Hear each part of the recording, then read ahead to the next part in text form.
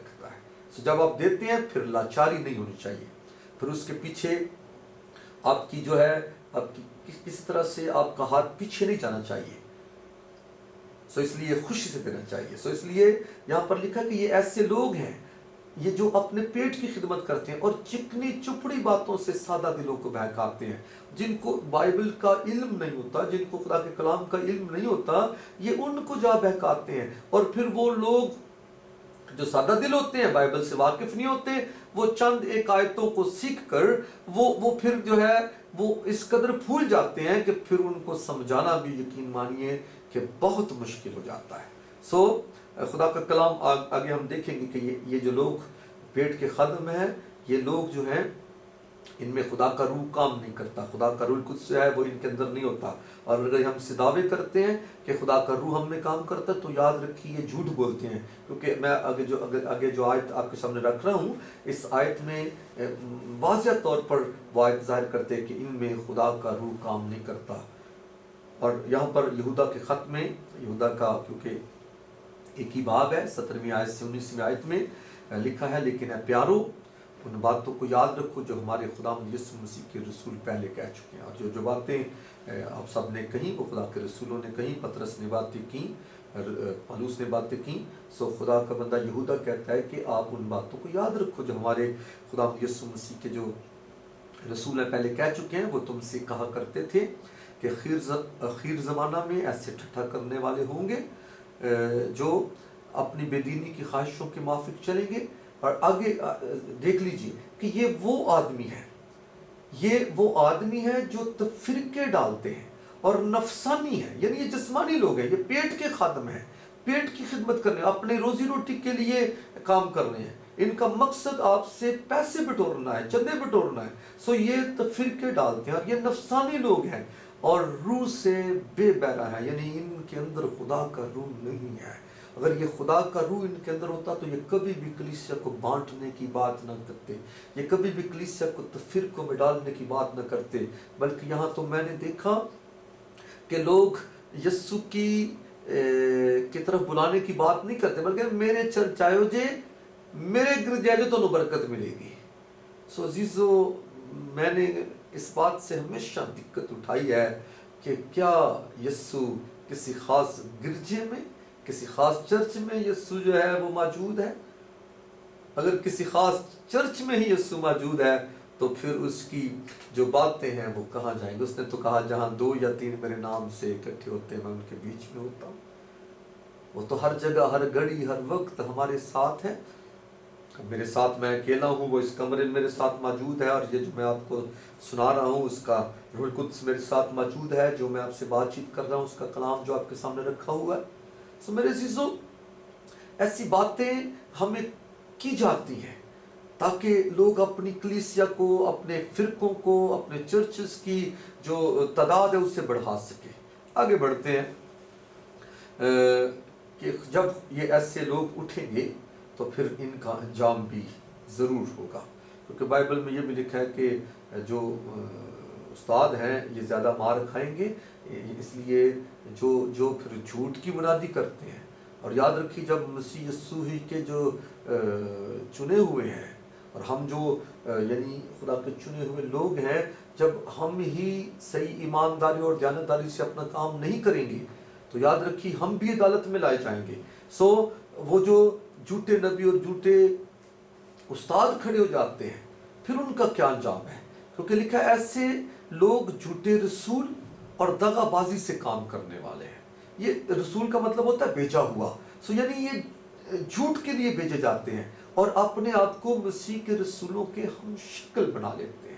یعنی یہ لوگ خدا کی طرف سے نہیں ہوتے، یہ اپنے آپ کو مسیح کے رسولوں کی ہم شکل بنا لیتے ہیں. اور لکھا ہے کچھ عجب نہیں، کیونکہ شیطان بھی اپنے آپ کو نورانی فرشتہ کا ہم شکل بنا لیتا ہے. شیطان بھی آپ کو دھوکہ دینے کے لیے یسوع مسیح کی صورت بھی اختیار کر لیتا ہے، اور وہ آپ کو ایسے نظر آئے گا کہ یسوع آپ کی طرف آ رہا ہے. اور یہ ایک واقعہ ہے، یہ واقعہ جو ہے میں نے سادھو سندر سنگھ کی کتاب میں جو ہے وہ پڑھا تھا، تو اس کا تھوڑا سا خاکہ پیش کروں گا. وہ لفظ بہ لفظ تو مجھے یاد نہیں، لیکن وہ اس طرح تھا کہ سادھو سندر سنگھ دن بھر یسوع مسیح کی منادی کرنے کے بعد وہ جنگل کے شروع میں ایک پتھر تھا، تو وہاں پر وہ بیٹھا جو تھا، وہ اس لیے وہ بیٹھا تھا کہ اب میں دعا میں جھکتا ہوں، خدا کے ساتھ کو بات چیت کرتا ہوں۔ تو جب وہ دعا میں جھکنے کے لیے وہ اس بات کے لیے تیار ہو رہا تھا، اس کا یعنی ذہن میں یہ بات چل رہی تھی، تو اس نے کیا دیکھا کہ ایک شخص اس کی طرف آ رہا ہے، اور وہ شخص جو ہے وہ انتہائی جو ہے وہ یعنی وہ پر نور شکل، اور اس طرح سے کہ اس نے وہ سفید جامہ پہنا ہوا ہے، چوغا پہنا ہوا ہے، اور وہ اس کی طرف آ رہا ہے، اور سادھو سندر سنگھ کو ایسے ہی لگا کہ جیسے اس کا خداوند اس کی طرف آ رہا ہے۔ اور جب وہ شخص سندر سنگھ کے پاس آیا اور وہ سندر سنگھ کے ساتھ وہ اس پتھر پر بیٹھ گیا، تو اس نے باتیں کرنا شروع کی، اور اس نے سندر سنگھ سے کہا، سادھو جی، کیونکہ یاد رکھیے اس زمانہ میں جس وقت سادھو سندر سنگھ اس دنیا میں حیات تھے، اس وقت مسیحیوں کی تعداد اتنی زیادہ نہیں تھی، بہت کم جو تھے وہ مسیحی موجود تھے انڈیا کے اندر، ہندوستان کے اندر۔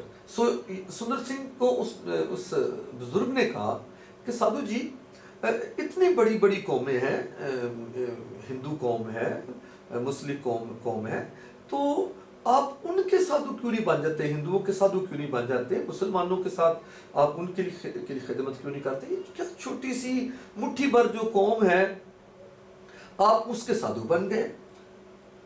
تو سادھو سندر سنگھ کو جو اس نے جب یہ بات کہی، تو سادھو سندر سنگھ جو تھے وہ اپنے اندر انہوں نے بھانپ لیا کہ یہ خداوند نہیں ہے۔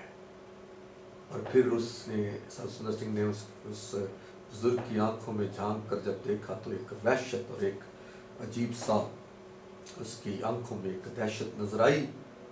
تو سندر سنگھ نے اسے کہا، شیطان دور ہو جا، کیا تو مجھے میرے مسیحا سے، میرے خداوند سے مجھے محروم کرنا چاہتا ہے؟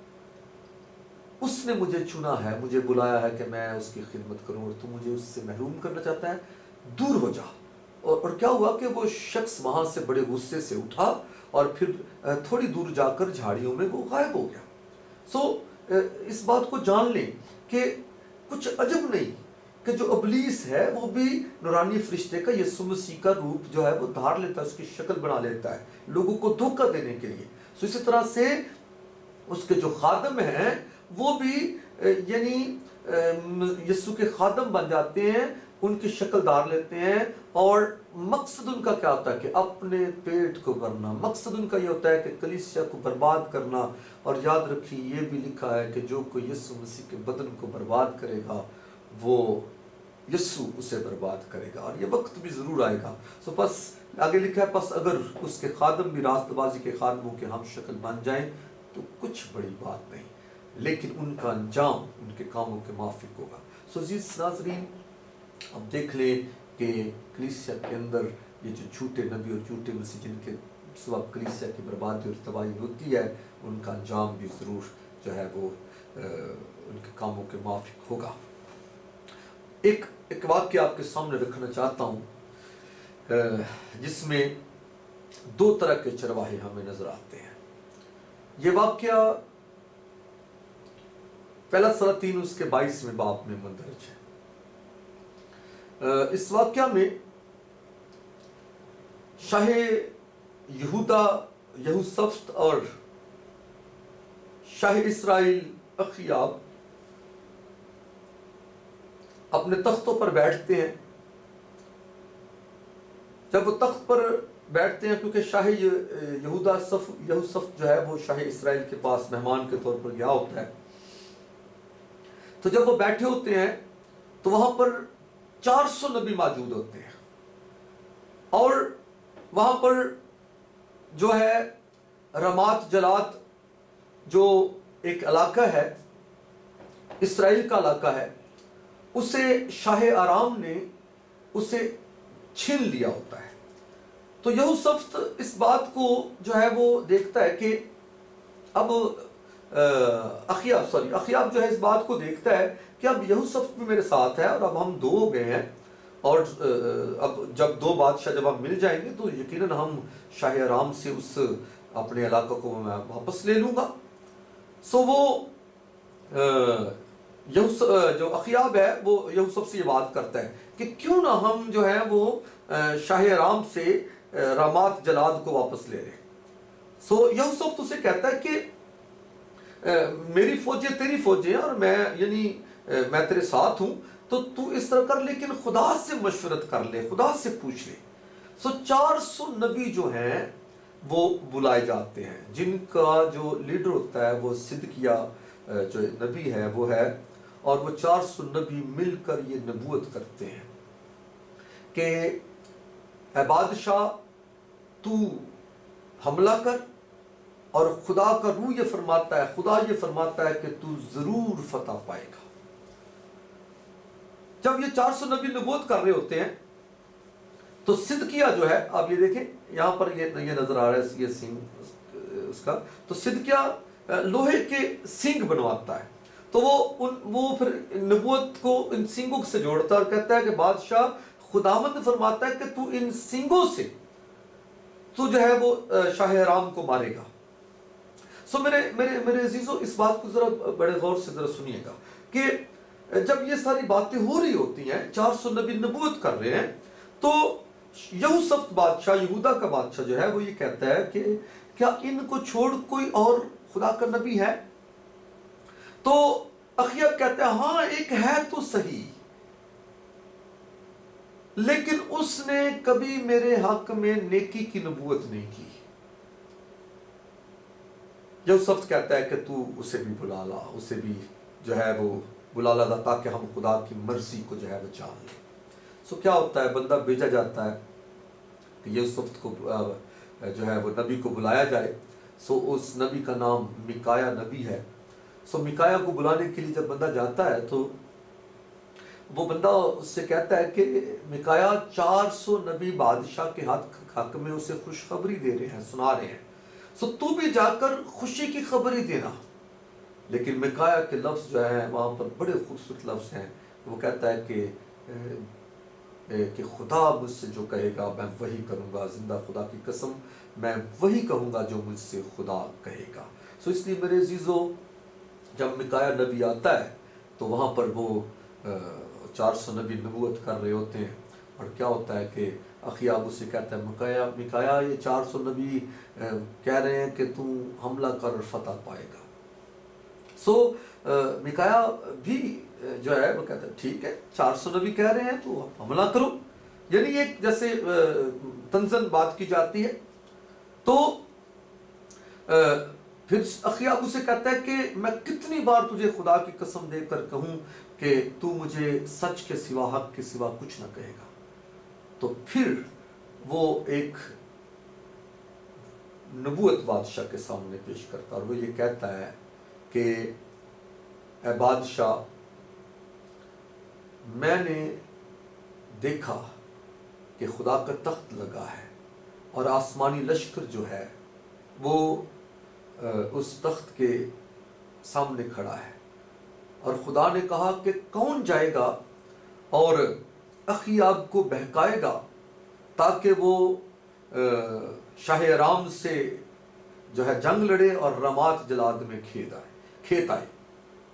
سو میں نے دیکھا کہ کسی نے کچھ کہا اور ایک روح نکل کر سامنے آئی اور اس روح نے کہا کہ میں جاؤں گی. سو خدا نے کہا کہ تو کیا کرے گی جا کر؟ اس نے کہا کہ میں اس کے نبیوں میں کے منہ میں جا کر جھوٹ بولنے والی روح بن جاؤں گی. سو خدا نے کہا کہ یقیناً تو اخیاب کو بہکا لے گی اور تو جا تو کامیاب بھی ہو جائے گی. سو اے بادشاہ تو رمات جلاد میں کھیت آئے گا اور ان لوگوں کو جانے دے. اور یہاں پر کچھ لفظ بھی ہیں کہ جو میکایا نے کہا، تب اس نے کہا میں نے سارے اسرائیل کو ان بھیڑوں کی مانند جن کا چوپان نہ ہو پہاڑوں پر پراگندہ دیکھا، اور خداوند نے فرمایا کہ ان کا کوئی مالک نہیں، سو وہ اپنے گھر سلامت لوٹ جائے. یعنی ان لوگوں کو نہ مروا، تو بادشاہ ہے، تو وقت کا چرواہا ہے. سو یہ بھیڑیں جو ہیں یہ مجھے ایسے نظر ہیں جن کا کوئی چرواہا نہ ہو، کوئی چوپان نہ ہو، سو اس لیے تو ہلاک ہو جائے گا۔ سو میرے عزیزو، وہاں پر دو طرح کے لوگ ہیں، دو طرح کے نبی ہیں، ایک اکیلا ہے، ایک 400 ہے۔ اب 400 کے اندر جو روح کام کر رہی ہے وہ جھوٹ بولنے والی روح کام کر رہی ہے، ابلیسی روح کام کر رہی ہے، لیکن جو ایک ہے اس کے اندر خدا کی روح کام کر رہی ہے اور وہ خدا کی مرضی کے مطابق پیشن گوئی کر رہا ہے۔ دوسری طرف بھی خدا ہی کا کام ہو رہا ہے، لیکن وہاں پر جھوٹ بولنے والی روح ہے۔ اگر وہ اخیاب کو نہ بہکائے اور اخیاب جو ہے وہ لڑائی نہ کرے تو وہاں پر کیسے کھیت آئے؟ لیکن اس بات کو جان لیں کہ ان دونوں طرف ہم موازنہ کر لیں کہ ایک طرف 400 نبی ہیں، ایک طرف ایک ہے، ایک میں خدا کی روح کام کر رہی ہے، 400 میں جھوٹ بولنے والی روح کام کر رہی ہے۔ آج ہمیں بھی اس بات کے لیے جو ہے وہ کمر باندھنی ہے۔ آپ جو سن رہے ہیں اس بات کے لیے آپ کو خود ہوشیار ہونا ہے۔ آپ نے جاننا ہے کہ کن کے اندر 400 ہیں، کن کے اندر جھوٹی روح کام کر رہی ہے، کن کے اندر خدا کی روح کام کر رہی ہے۔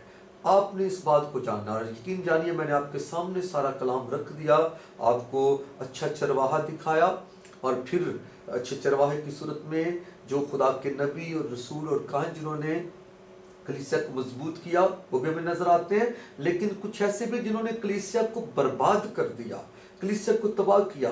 اب فیصلہ ناظرین آپ نے کرنا ہے کہ آپ ان لوگوں کو کیسے پہچان پائیں گے۔ اور بائبل مقدس میں یسوع مسیح نے ہمیں سکھایا کہ درخت اپنے پھلوں سے پہچانا جاتا ہے، اور آپ ان کے کاموں سے ان کو ضرور پہچان سکتے ہیں۔ اور اگر چرواہے کلیسیا کے اندر کلیسیا کو کامل کرنے کے لیے، خدمت گزاری کا کام کرنے کے لیے اور مسیح کے بدن کو ترقی دینے کے لیے کام کر رہے ہیں تو وہ اچھے چرواہے ہیں، یسوع مسیح کے نمونے پر قائم ہوئے ہیں۔ اور اگر کلیسیا کو وہ مسیح کے ایمان اور اس کی پہچان میں ایک کر رہے ہیں تو وہ یسوع مسیح کی طرف سے مقرر ہیں۔ ان کا کام ہے مسیح کے پورے قد کے اندازہ تک کلیسیا کو پہنچانا، کلیسیا کو دنا کرنا، عقل مندی سے معمور کرنا، ان کو سیانہ کرنا، تاکہ وہ لوگوں کی بازی گری میں نہ پھنس جائیں، ان کے گمراہ کرنے والے منصوبوں کی طرف ہر ایک تعلیم کے جھونکے سے اچھلتے بہتے نہ پھریں۔ اگر آپ کے نزدیک ایسے چرواہے موجود ہیں، ایسے خادم موجود ہیں تو یقیناً وہ خدا کا کام کر رہے ہیں، لیکن اگر وہ تفرقوں کی منادی کر رہے ہیں، اگر وہ کلیسیا کے بٹوارے کی باتیں کر رہے ہیں، اگر وہ ہدیہ جات کی وصولی کی باتیں کر رہے ہیں، اگر وہ اپنے پیٹ کے بھرنے کی باتیں کر رہے ہیں، تو یاد رکھیے وہ خدا کے اچھے خاتم یا اچھے چرواہے نہیں ہو سکتے۔ اس لیے میرے عزیزو، اس ساری پریزنٹیشن میں آپ اپنے آپ کو تیار کریں، آپ اپنے آپ کو جو ہے اس بات کے لیے جو ہے وہ اٹھا کھڑا کریں کہ ہم نے کسی سے دھوکہ نہیں کھانا ہے، ہم نے کسی سے جو ہے وہ اپنے ایمان کو جو ہے ٹھیس لگنے نہیں دینی ہے، بلکہ ہم نے اپنے خداوند کے تابع ہو کر، اس اچھے چرواہے کے تابع ہو کر ابدی زندگی کو حاصل کرنا ہے، اور اپنے ایمان میں مضبوط رہ کر، ایمان کی اچھی کشتی لڑ کر وفاداری سے زندگی گزارنی ہے۔ اس لیے جب آپ وفاداری سے زندگی گزاریں گے تبھی آپ مسیح کے ساتھ ایک بدن ہو کر پیوستہ رہیں گے، اور پھر آپ جو ہے وہ حصہ بحصہ بڑھتے جائیں گے، اور پھر آپ محبت میں ترقی کرتے جائیں گے، آپ حقیقی خدا کے بیٹے اور بیٹی ٹھہریں گے۔ اس لیے خداوند آپ کو بہت برکت دے۔ اس سارے مضمون کو ضرور پورے دل سے جانیں، اسے سمجھیں، اس پر غور کریں، اور آپ خود فیصلہ کریں کہ آپ کے نزدیک ایک اچھا چرواہا کیسا ہونا چاہیے، کیسا ہے، اور کیا آپ ایک اچھے چرواہے کے ساتھ ہیں یا کہ ایک ایسے چرواہے کے ہاتھوں میں ہیں جو کہ آپ کو بربادی کی طرف لے جا رہا ہے۔ خداوند یسوع مسیح کا فضل اور خدا کی محبت اور روح القدس کی شراکت تم سب کے ساتھ ہوتی رہے، آمین۔